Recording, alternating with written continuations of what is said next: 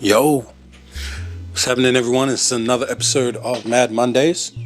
Let me go ahead and actually fit this on so that we don't have any disturbances. But yes, like I said, we're back with another episode of Mad Mondays. This is the series where I answer some questions just about my experiences as an artist. And for those of you who don't know who I am, Nomad222. I'm a hip-hop artist, spoken word artist, content creator, father of four, based in Naarm. And when I say Naarm, I mean Melbourne, Victoria in Australia. For those of you around the globe who don't get the distinction, Naarm is the indigenous term that we use, the original language for this land. So that's what that is. Anyway, this is episode number 9. And today's episode, we're going to be talking about my experience in writing the Nomadic Deluxe, which, as of filming this, it's quite timely because I'm approaching the end of 2024. So it's like December 28th or something like that. I pretty much just got finished with rolling out the Nomadic Deluxe on all platforms just recently. So if you haven't streamed it yet, make sure you go check that out. It's on all platforms and everything like that. But let's go ahead and get into it. And the first question that we got right here is, what inspired you to create the Nomadic Deluxe? So while I think about that, what inspired me to create the Nomadic Deluxe? And this is a multi-layered question. So the Nomadic Deluxe, the Nomadic itself was a term that I'd come up for like way back when I started on this journey. I want to say like 2015 when I first started thinking about what I wanted to do as an artist, when I established that my artist name was going to be Nomad. One of my influences growing up was Nas, and growing up in that era and just knowing that he had a series with M.A.D and Stillmatic and everything like that. I just thought that was such a cool name, and the Nomadic was a dope flip on the term Illmatic, right? So knowing that those two albums themselves were, classic Nas albums, that's the sort of impact that I wanted my albums to have, that set it apart from it being like a single or EP or a smaller project like that. So that's the whole reason why I went with that terminology. So I knew it for a while before.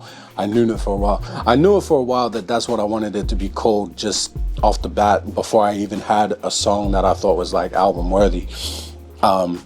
But over time, as I started putting together more and more music, some of them really stood out from what I was making at the time. And that's why I decided to, start putting together the standout songs that, in my mind as a consumer, didn't seem like they were singles or things that could be consumed on their own, but would fit better within a project. So that's where you get songs like The News or Reach Out or Why. And those 3 songs, for example, they're quite long songs and songs that you kind of got to sit down and listen to over time, just to be able to digest the entire message and everything that's going on within it creatively. So that's where I started to put these songs aside to everything else that I was creating and be like, all right, I'm going to save these for the project, the Nomadic. And so that's pretty much how it all came together. And the reason why, the inspiration behind it was just the fact that we were creating songs that didn't exist for individual consumption, I guess. But yeah, that's my answer to that question. And number 2 is, can you share the themes explored in the album?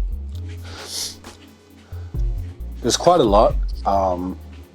For the most part, I think it's a journey of self-discovery from start to finish. There's discussions of self-doubt. I mean, Be Like That is quite literally just an example of how 2 men can have a conversation about mental health. The News is quite a unique situation where it's a multi-perspective song where it's from the perspective of my partner and her telling me that we're expecting a child for the first time, and the the doubt that comes from that, the fears, and ultimately the love that comes out of that. Reach Out is another multi-perspective track where it's, it's sort of playing with time travel, where it's my younger self talking to my older self and vice versa. So yeah, there's quite a lot, and then there's just general like hip hop, West Coast sort of vibes. There's hip hop braggadocio, where I get to explore that second side of myself, that alter ego, that big mad, as I like to call him, that Nomad222 side, where I get to tap into that like I'm him sort of vibe. So it's very multi-layered in that sense. And if you haven't checked it out, it's on all platforms, so go have a listen for yourselves. But yeah, I definitely wanted it to be one where people can expect something different every time they go to the next song. So yeah. How does this album reflect your personal and artistic journey? I think I just kind of spelled it out. I mean, it reflects my personal life in a lot of ways, because that's how I create music. I create music that's based on what I've lived through or what I've witnessed firsthand, and stories that kind of represent my community and everything that's going on. So in that sense, I think whenever I get to create music like that, and hopefully in the future when I create another album, it's a similar experience where I get to kind of blend the two, which is something that I've struggled with since the beginning. I've always felt like, there's my artist side and then there's me, and I kind of have to differentiate between the two and keep them separate. And a lot of that had to do with what the response was from the people in my life. A lot of people don't understand what it's like to, want to pursue something like this, especially where I'm from, where it's not too common. I mean, nowadays it's a lot more common than it was like 9 years ago, but at the time of beginning, I definitely felt like I had to kind of keep this side guarded as a safety measure, because, people kind of like to attack that, and that can sort of diminish someone's confidence. So I kind of had to guard that and protect it a little bit more and keep it separate and, a little bit of a secret. But now I can kind of be this holistic, this whole person, where the two sides of me can coexist as one. So yeah, I definitely feel like this album itself is a perfect representation of like everything that I've gone through over the past few years, especially, stepping into fatherhood, learning to become a man, a better version of myself, a better version of, what a man means to me and define my success and things like that. So all of that is on the Nomadic Deluxe.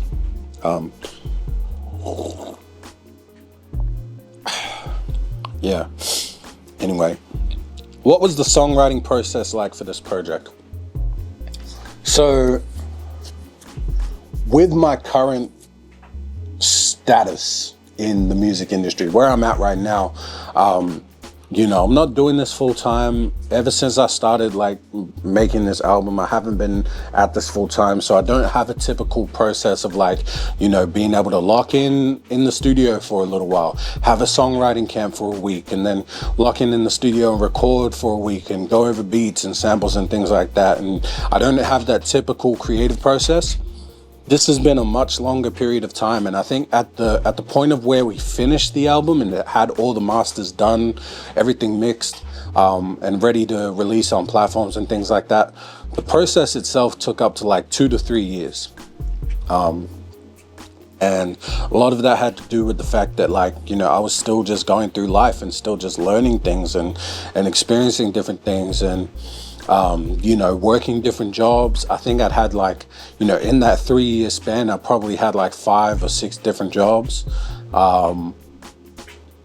different recording sessions. I mean,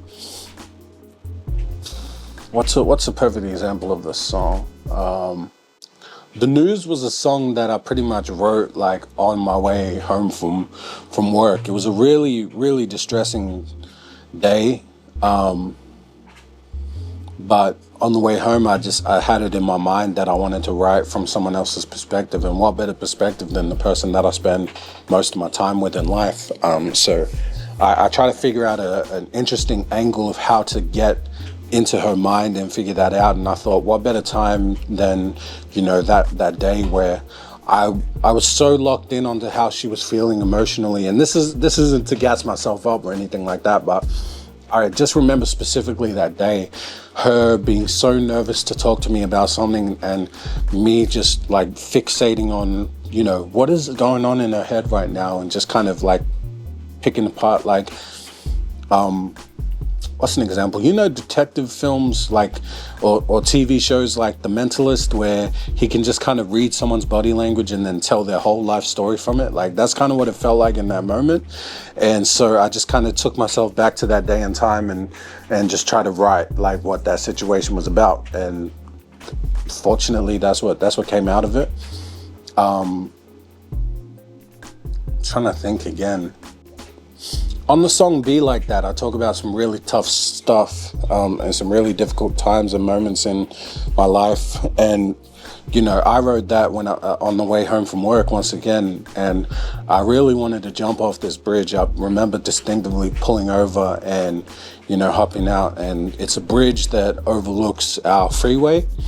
And like I was just standing there. I pulled over, I put my hazard lights on, I was standing at the edge, and I was ready to just jump over. But the same thing that always gets me through is just knowing that I've got to, as much as I fear what's happening in my life, or as much as I hate myself and get down on myself and just want to kind of get past all of it and take that way out, the fear of never realizing my full potential, or the fear of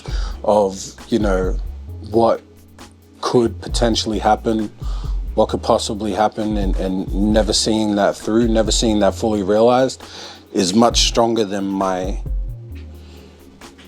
hate for myself. And yeah, I'm sorry. I wish I wasn't prepared to answer it in that deep of a way, but it's I wish I would have had a little bit more of a nuanced language to put around that, but that's as I guess that's as raw as I can put it, as true and authentic as I can put it. So yeah. Going back to the original question, which was what was the songwriting process like for this project? It was tough. That's one way to put it. It was tough. It was a lengthy process. It was, I guess, sporadic is the word too, because it didn't all happen at once. And I think another important way to address this is that it was within my capacity. And with that being said, I have to give props to myself and to Iconic Beats, the fact that we were able to put out a project of this quality with our capacity, or lack thereof. Because we really, man, just thinking about it to this day, like the fact that we were able to produce something like that with the lack of time that we had, the lack of energy that we had at times, the way that it all came together in the end is just, it's still mind-blowing. And I think this project deserves a lot more love than it's received, which is why I continue to push it to this day, because man, not many people around me can say that they have a full-length studio album out in the world. And we really did that despite all the odds. So yeah. That's question number 4. Question number 5, were there any challenges you faced while creating the album? I've already outlined all the challenges. I mean, being a father and at this point in time, I was only a father to 1 or 2, 1 to 2 kids at most.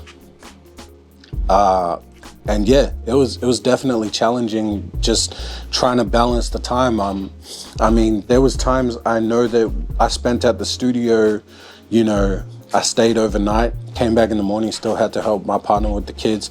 But even just that, sacrificing time being at home, or time where I should be helping my partner get our kids ready, and then having to deal with that energy. And fortunately for me, I've got someone who fully understands the life that I'm trying to create for us, and who is as supportive as possible. But support is kind of a two-way street. You know, people support you, but you also have to nourish that relationship and give it strength. And it's something that you actively need to do. And, you know, I spent a lot of those years, a lot of those nights desperately trying to get things done as fast as possible, which is ironic because it took like 2 to 3 years. But, you know, I had that sense of desperation at the time, like this one needs to be the one, it needs to go. Otherwise I failed. And if I fail, then I failed my family. I've let them down. So yeah, a lot of it was mental.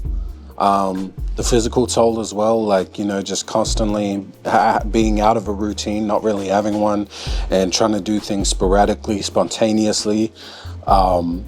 It definitely took its toll. I mean, like, to this day, I'm still suffering from the lack of care and self-care and awareness of how my health was declining, and it's something that I'm still trying to get on track of now.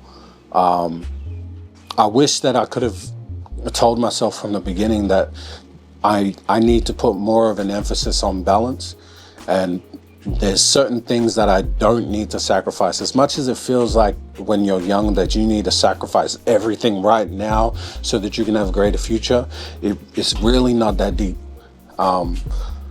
Sacrifice what you can, but not at the cost of your health, because at the end of the day, health is wealth.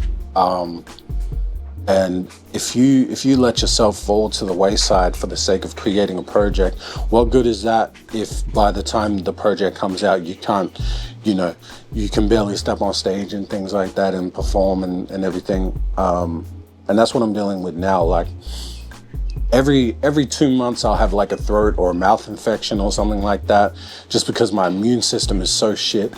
I'm overweight.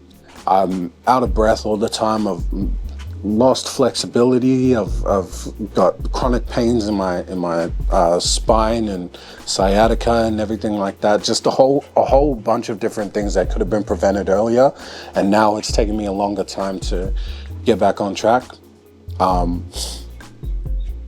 Yeah, it's not fun. And anyway, but we're talking about challenges relevant to the album. So I think that's it. Just all the mental challenges and everything that comes with trying to create an album of this level, while being an independent artist with no financial backing or anything like that. So yeah.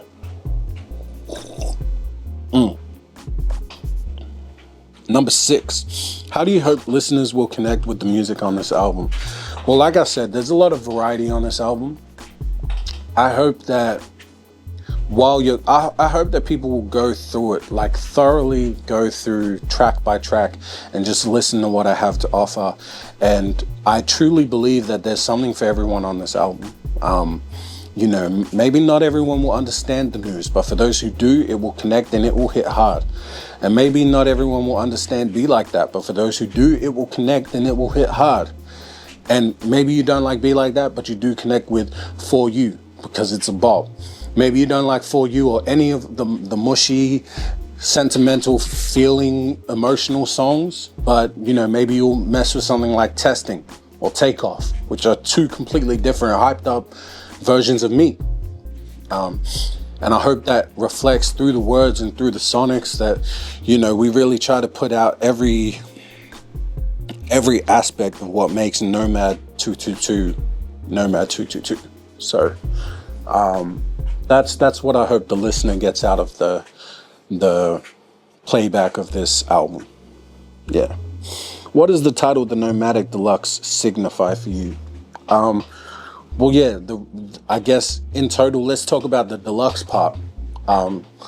So in addition to the album itself, I also made the choice to put 3 new songs. Well, not really new, but at the time of first releasing the Nomadic Volume 1, I put out a 3-piece Birthday Boy EP a month prior to the release of the album, just as like a warm-up, a prelude to the album. And that contained Jokes on You, Life and Times, and We On, not in that order, but I put it out as like, as a warm-up, and then drop the album afterwards. So the Deluxe is the entire picture there, where you get those 3 tracks at the beginning and the rest of the album, and it's all together on the one thing. But this is definitely, there's also some edits that have been made, some slight edits to songs like Be Like That and For You, where they've received a master. They've also received some different vocals in certain sections from As One and myself, so that you get that version of the song that we wanted it to be in the first place. And that was something that wasn't available at the time, but now it is, fortunately. And so when I see the Nomadic Deluxe, I just see the fully realized version of this album that we wanted to put out in the first place. And now we've gotten the chance to do so because of how technology works today. So that's what I see when I see it, the fully realized vision from the beginning, as we wanted it to be. And it's something that I'm truly 100% proud of, and I don't think I'll ever not take pride in the fact that we made that. Because I've had projects before. I've made projects before that I thought I was proud of, but looking forward to looking at it now, I don't feel that same sense of pride in retrospect as I do with this one. And it's not like I'll always have a certain amount of pride in it, just for the sheer fact that if it weren't for those projects, we wouldn't have what we've been able to do now. Like, those were stepping stones. Those were learning life lessons that we had to go through in order to get to where we are now. And without them, I wouldn't be the artist that I am now. I wouldn't be the creative that I am now. So fortunately that happened. But when I look at the Nomadic, I'm like, man, that's as good as it gets. Like, that's like, even if in a few years those songs maybe like age out sonically, I'll always remember what it was for the time. And for the time, it was perfect. It was exactly what I needed it to be. I can't say that about those earlier projects. I look back at those earlier projects with the bigger picture now, and I see, man, there was much better songs and projects out at that point in time. But I look at this project and I say, that's exactly what it needed to be. And yeah, we're almost like 5-6 years removed from finishing this thing. So, yeah. And that's the final question that I got there. But I'm keen to hear what anybody else has to ask about this project. I will respond to comments if you guys comment below. But ask me any questions, whether it's like to do with a specific song, or even if it's not to do with the album or anything like that. I just want to hear what you guys got to say. And I want to talk to more people about, this music, what we got on the way. And if you haven't yet, please run it up. It's on all streaming platforms now, the Nomadic Deluxe. You can find all the music. At this point in time, Life and Times is a really popular song from the album. It's very popular in the Philippines. Shout out to all my kuyas and ates and titos and all of you. Really appreciate it. I'm glad that you guys are resonating with it over in the Philippines. But yeah, let me know if you guys want me to come over and do a show, because I'm keen for that. I'm trying to come over there, see what's going on over there, in Manila and Cebu and all that. I'm just keen for whatever. And yeah, subscribe to the channel, because we're trying to get that golden play button. Go check out the rest of the content. Go check out these music videos. Go check out the performance videos. Go check out my progress reports, Nomadic vlogs, Mad Mondays, all of that. And please, if there's anything you want me to check out, please let me know. I'm keen to check anything out and see what else is happening in this community that we're building, and just try and keep this as reciprocal as possible. But yeah, this is me signing off for, well, I'm filming this in the new year. I'm not sure when this is going to come out, but regardless, I appreciate you guys so much for your support. And don't forget that together we move.